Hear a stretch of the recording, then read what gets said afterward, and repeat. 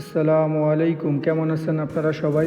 এখন যাব বাজারে, কিছু বাজার করতে হবে। প্রথমে ছাগলের জন্য কিছু ঘাস কিনবো। ছাগলগুলো আবার অনেক বেশি ভিআইপি, তারা দামি ঘাস ছাড়া অন্য কোনো ঘাস খায়। আসসালামু আলাইকুম, ভালো আছেন? এই তো আলহামদুলিল্লাহ। এইগুলো হলো বাদাম গাছের ঘাস।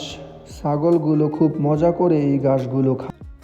ছাগলের জন্য আমরাও ঘাস চাষ করি, ওইগুলো সকালে খাওয়ানো হয় আর এগুলো বিকালে খাওয়ানো হয়।